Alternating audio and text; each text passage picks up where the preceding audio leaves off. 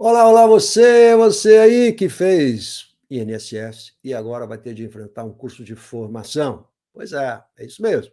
Mas você quer entender melhor a prova do SEBRASP, ou CESP, se preferir, Brasília, que afinal de contas é um dilema para os alunos, né? O tal do certo e errado. Eu estou mostrando para vocês como é que se deu a prova do INSS 2022 com a análise da prova de língua portuguesa.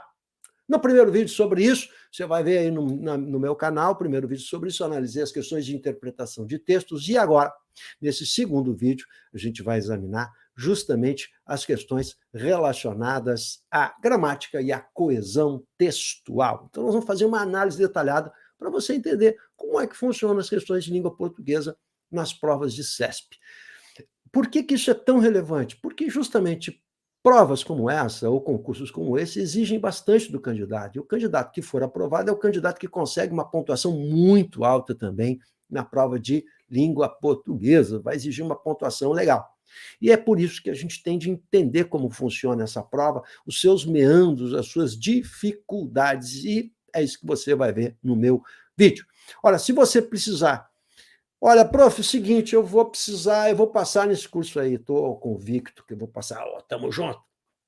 Eu vou fazer a prova de formação, vou fazer o curso de formação. Curso de formação, duas questões discursivas, e as questões discursivas, para além do que naturalmente o aluno entende, né, que tem que escrever bem, que é botar crase no lugar, ou botar o acento na sílaba certa da palavra, vai exigir a construção de parágrafos, de períodos, a clareza, a concisão, a objetividade, a coerência, que são elementos muito próprios e muito importantes para o aluno organizar ideias. Ou seja, não adianta só eu saber a resposta, eu preciso passar para o texto escrito essa resposta, e aí que entra o professor de língua portuguesa.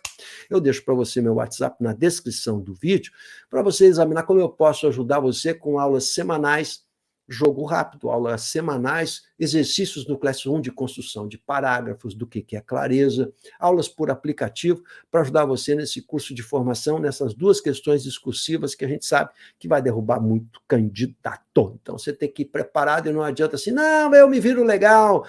Não é assim que a coisa funciona, porque vai ter um grande nível, um nível importante de concorrentes, e você vai ter que se dar muito bem. Legal, vamos ver essa prova então? Você está pronto aí, sentadinho, bonitinho, com suco, está equipado com tudo aí do lado, tudo que precisa, tranquilo, botou os pezinhos numa almofadinha. Então vamos falar de gramática e coesão textual, que é a língua portuguesa aplicada a textos, porque é assim que as coisas caem nas provas hoje de concurso público, vestibular, Enem, hoje tudo é assim, né? Então eu retirei apenas para a gente simplificar a nossa vida, né, daquele texto, que é um texto bem grande, como a gente já examinou no meu primeiro vídeo sobre essa prova, eu retirei apenas as partes que nos interessam aqui. Beleza? Então vamos lá? Você está pronto? Olha lá. No terceiro parágrafo, então, olha só, eles não. Curiosamente, essa prova ela não tem as linhas numeradas, né? Que geralmente em prova de concurso público você tem lá as linhas numeradas. A linha número tal, né? Aqui eles não trabalham assim, eles trabalham com a noção de parágrafo e período. Então, eles falam em parágrafo e no período. Se o cara não sabe direito o que é parágrafo e não sabe direito o que é período, ele já vai ter uma grande dificuldade. Então, isso faz parte do componente de prova, né? Saber o que é parágrafo e período. Então, no terceiro parágrafo, o segmento, a ideia, que está no segundo período do terceiro parágrafo, retoma, e aí que está chato nessa prova, a questão, melhor, o texto, ele não era difícil, mas como era um texto grande, ele era trabalhoso, né? Você tinha que procurar o terceiro parágrafo, o segundo período. Imagina no dia da prova, tudo isso cria uma dificuldade a mais, né? Então, trabalhoso o texto, só isso. Retoma por coesão, ou seja, remete ao antecedente, coesão se retoma, remete ao antecedente, retomar significa voltar no texto, está lá para trás no texto, né? Por coesão, a noção descrita no primeiro período. Então, primeiro período, segundo período, nós estamos falando lá do terceiro parágrafo. Peguei um recortezinho aqui do terceiro parágrafo. Ao refletir sobre esse desequilíbrio, a socióloga Heidi Gottfried, da Universidade Estadual de Wayne, nos Estados Unidos da América, explica que persiste nas sociedades a noção arraigada, aí apareceu a palavra noção, agora é que vai nos interessar, de que o trabalho, que noção é essa? De que o trabalho, ela vai explicar que noção é essa, ó, de que o trabalho de cuidado seria uma manifestação de amor. Que bonitinho isso, né? E por essa razão, deveria ser prestado gratuitamente. Essa é uma noção, né? O cuidado com a manifestação seria uma manifestação de amor. Conforme Gottfried, então continua com a socióloga, a ideia decorre, qual ideia? A ideia decorre. Aí entra vocabulário, né, gente? Olha o que é a língua portuguesa. Eu sempre digo isso, né? Você mexe numa coisa e cai um monte de coisa na sua cabeça, como se estivesse mexendo num armário, assim, lá em cima, puxou um troço e caiu outro na tua cabeça. Decorre é uma questão de vocabulário, né? Tem como consequência, decorrer é isso, né? Levar como consequência. Então, essa ideia decorre, ou seja, é consequência, entre outros aspectos. Então, qual a ideia? A ideia de que a manifestação de amor é um ato que tem que ser prestado gratuitamente, ou seja, volta para um antecedente. Está claro isso? Então, isso não é interpretação de texto. Tem gente que está fazendo essa questãozinha aqui, até acerta, né, e acha que é interpretação de textos. Isso aqui é coesão textual. Legal? Então, remete a uma ideia antecedente. Legal? Afirmação número 7, certinha. Agora vamos para número 8. Ó. Seria preservada a coerência das ideias do texto se, no segundo parágrafo, então, quando fala em coerência, está falando de organização de ideias e de confronto de ideias, né? A expressão na medida em que fosse substituída pelo vocábulo pois. Bom, aqui entra a gramática, e isso, gente, olha o que eu vou dizer aqui para vocês, isso diferencia muito o aluno que sabe daquele aluno intuitivo. Essa questão marca claramente isso. Né? Vamos entender aquele aluno que estudou gramática, com o tio Russo aqui. Fez o curso de gramática, estudou comigo. Ele sabe que existe uma pegadinha comum em concurso público, que é a diferença do na medida em que ou na medida que, esse em ali ele é descartável, para à medida que com crase. Esse à medida que é uma conjunção proporcional. À proporção que, também com crase, à medida que. Mas quando eu digo na medida que, esse na em mais a, não é? Marca uma outra questão, não tem nada a ver com proporcionalidade. Então, não é uma conjunção proporcional, muda a semântica de texto. Se transforma numa causal, igual a pois ou porque. Então, o aluno que estudou isso, a conjunção, ele sabe dessa pegadinha, estudou comigo, eu já falei, cara, tem uma pegadinha aí do na medida em que e o à medida que, porque você olha no texto o ouvido, aquele orelhão, sabe, o cara que vai fazer só de orelhão, ele vai ser refém disso aqui, ele vai ser vítima, vai perder uma questãozinha que pode ser a questão decisiva da sua vida. Olha o crachá do INSS indo embora, o crachá está indo embora. Percebesse? Então, olha só, o aluno que conhece do aluno intuitivo, aqui marca a diferença. O aluno intuitivo até pode acertar essa questão, mas ele vai levar mais tempo, ou seja, a prova vai ser mais cansativa. Vocês estão entendendo como é que a coisa funciona? O aluno que conhece bem, fez lá o curso, sabe, conhece bem as conjunções, estudou, já está há bastante tempo estudando, ele sabe que essa na medida em que pode ser substituído pelo pois. Então, é uma conjunção causal. Vamos ver se isso fecha. Agora, ele vai tentar fechar lá, né? Vamos ver ali, ó. Vamos substituir pelo pois. Ó. Hoje, ele é visto como um trabalho fundamental para assegurar o bem-estar de todos, na medida em que qualquer pessoa pode se fragilizar. Porque, já que, visto que, pois, tudo conjunção causal, não é? Qualquer pessoa pode se fragilizar e se tornar dependente em algum momento da sua vida. Então, esse na medida em que pode ser substituído, e a afirmação número 8 está corretíssima. Legal? Então, olha só como essa questãozinha mostra muito bem a diferença de aluno, né? Aquele aluno que já está no estágio mais avançado, para aquele aluno que ainda está na época da intuição, tá? Ainda está achando que vai fazer língua portuguesa de ouvido. Vou insistir, gente, às vezes uma questão faz toda a diferença na hora de sermos aprovados. Vejamos aqui, não, vamos para 9 agora, a gente viu 8, vamos para 9, né? Seria mantida a correção gramatical do texto caso o termo analisado, quarto parágrafo, aí tem que ir no quarto parágrafo, olhar o analisado, fosse flexionado no feminino. Bom, então tá, nós estamos falando aqui do quê? Ele não está dizendo que aspecto gramatical é esse, mas nós estamos falando de concordância nominal. Analisado é um adjetivo, e eu tenho de procurar quem é o substantivo, porque eu aprendi com o professor que o adjetivo sempre busca o substantivo e tem que... É servil. O adjetivo é servil ao substantivo. Ele tem que se flexionar para satisfazer todos os caprichos do substantivo, porque é ele que manda na relação. Então, quando você estuda a concordância nominal, você tem que aprender que quem manda é o substantivo. O adjetivo tem que se flexionar de todas as maneiras para satisfazer o senhor substantivo, que é o Deus Todo-Poderoso nessa relação. Muito parecido com a vida, por sinal, né? Muito bem. Então, vai lá. Dada a possibilidade de sua concordância, agora vem uma enrolação que é para pegar um incauto. Ó. Dada a possibilidade de sua concordância com o termo subsequente, que é crise, com o qual estabelece relação sintático-semântica. Olha só, eu não posso me enganar. Cara, analisado é um adjetivo, eu tenho que procurar qual é o substantivo. Então, vamos ao trecho do texto. Esse fato, aliado ao envelhecimento da população, gerou o que tem sido analisado. O que é que gerou o que diz? O fato. Quem é que é analisado? O fato é que é analisado. Então, tem sido analisado. Quem tem sido analisado? O fato é que tem sido analisado. O fato, portanto, é o substantivo masculino singular e analisado está no masculino, justamente para fazer essa concordância, e não tem outro jeito de concordar. Não vai concordar com o que vem depois e concorda com o substantivo ao qual está vinculado a palavra analisado, portanto, concordância nominal, a questão número 9, erradíssima. Vamos para número 10, que estava mais fácil agora. Olha só.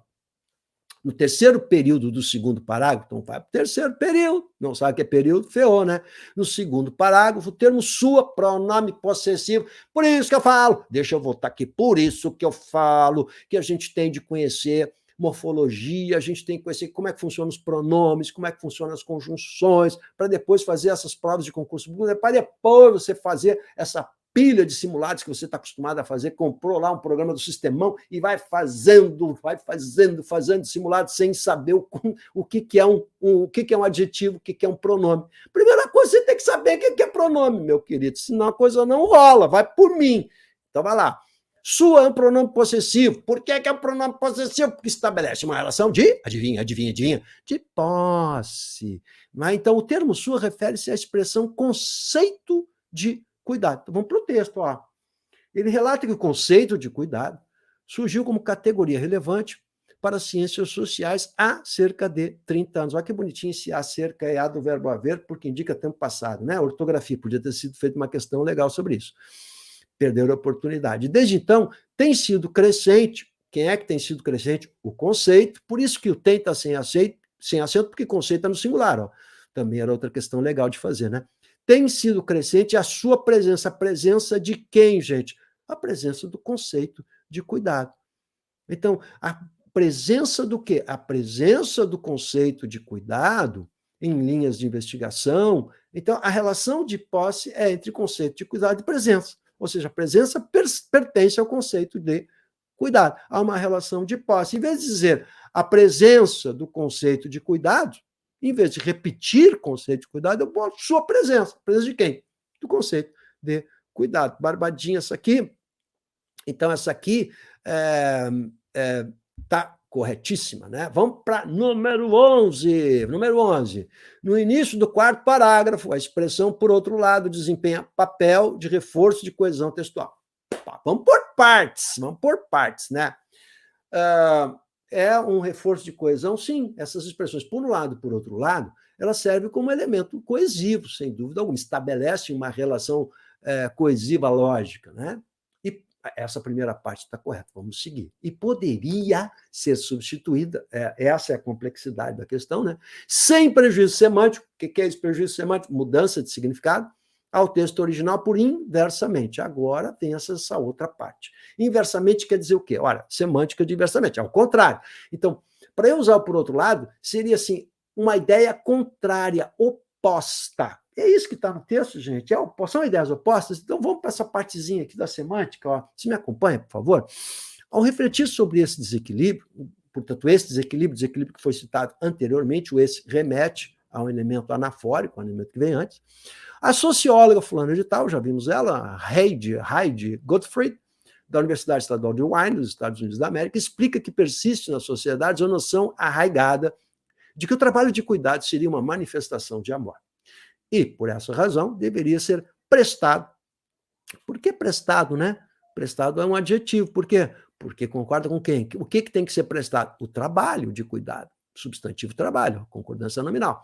Prestado gratuitamente. Conforme Gottfried, a ideia decorre, ou seja, é uma consequência, entre outros aspectos, de construção cultural a respeito da maternidade e de que cuidar seria um talento feminino.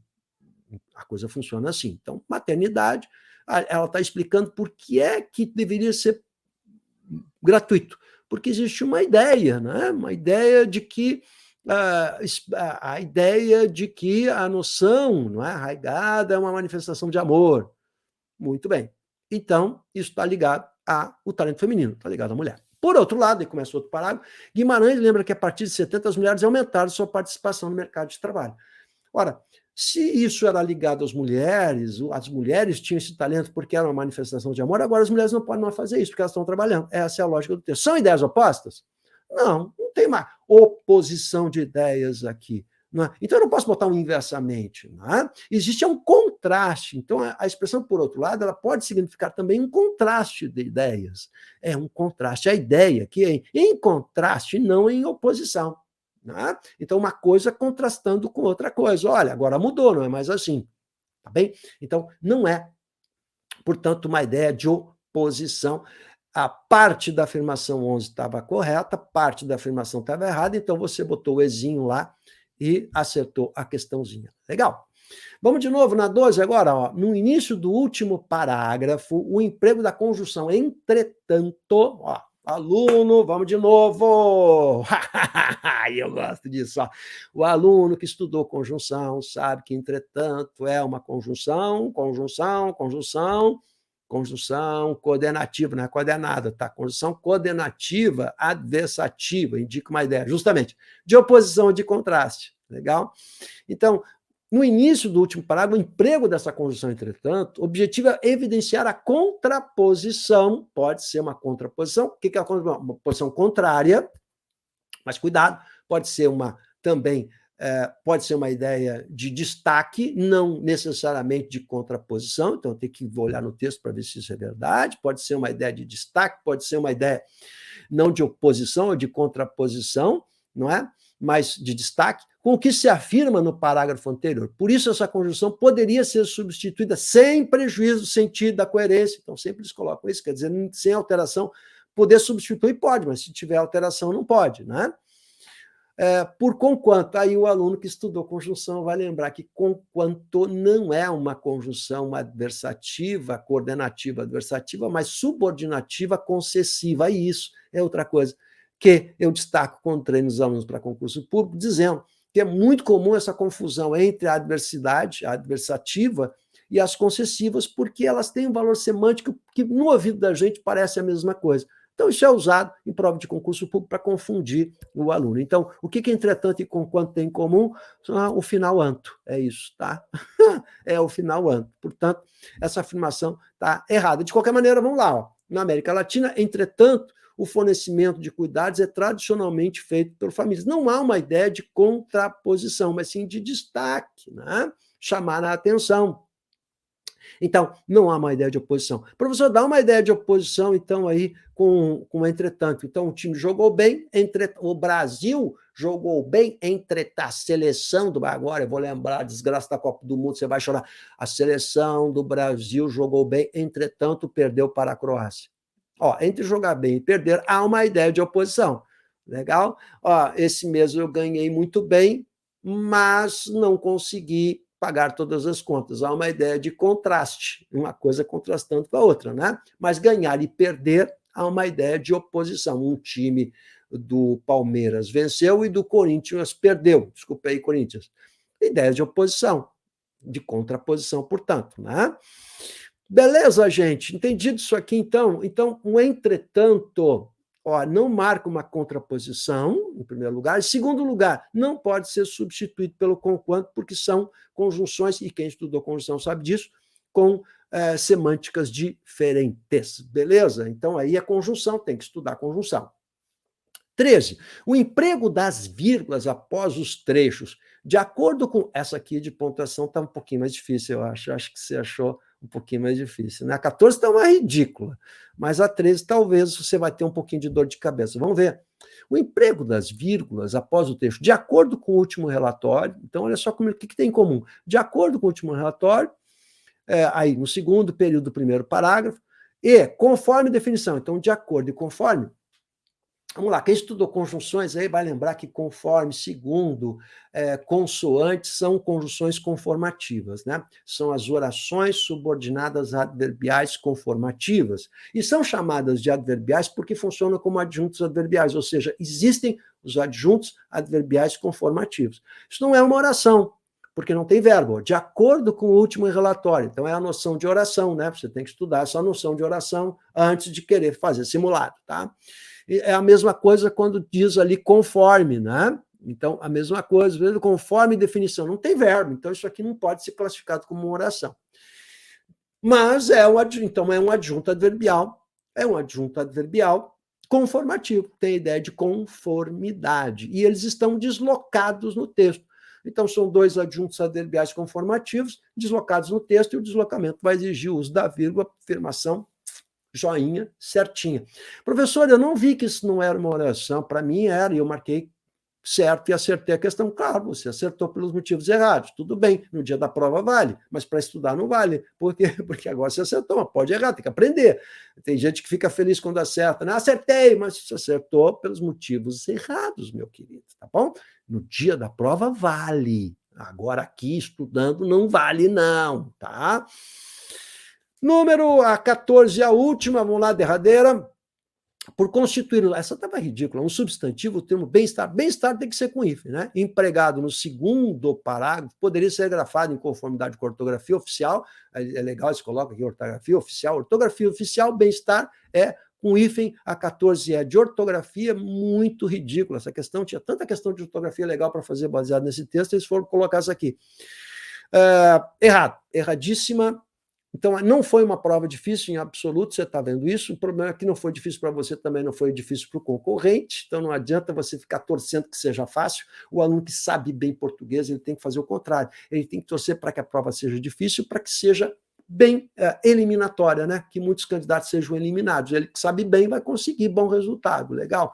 O aluno que estudou português e sabe bem português tem que torcer para que a prova seja difícil. Ah, mas isso vai me prejudicar? Não, vai te ajudar, porque você está trabalhando sempre com a ideia da concorrência, legal? Não adianta acertar questões, você tem que acertar mais do que as questões dos concorrentes. Espero que eu tenha ajudado vocês aí, de algum modo, a entender um pouquinho mais a prova de língua portuguesa CESP Brasília. E dá um joinha aí se você gostou, dá um like, te inscreve no meu canal aí, vai. E se você quiser saber como responder as duas questões discursivas para o INSS, curso de formação, curso de formação agora passou a ser o terror, entra aí que eu vou mostrar como é que a gente trabalha clareza, objetividade, construção de parágrafos. Isso é bem importante e eu montei para você um trabalho de atendimento com aulas por aplicativo e Classroom, colocando material para você, construção de exercícios de construção de parágrafo. Abraço aí, tamo junto!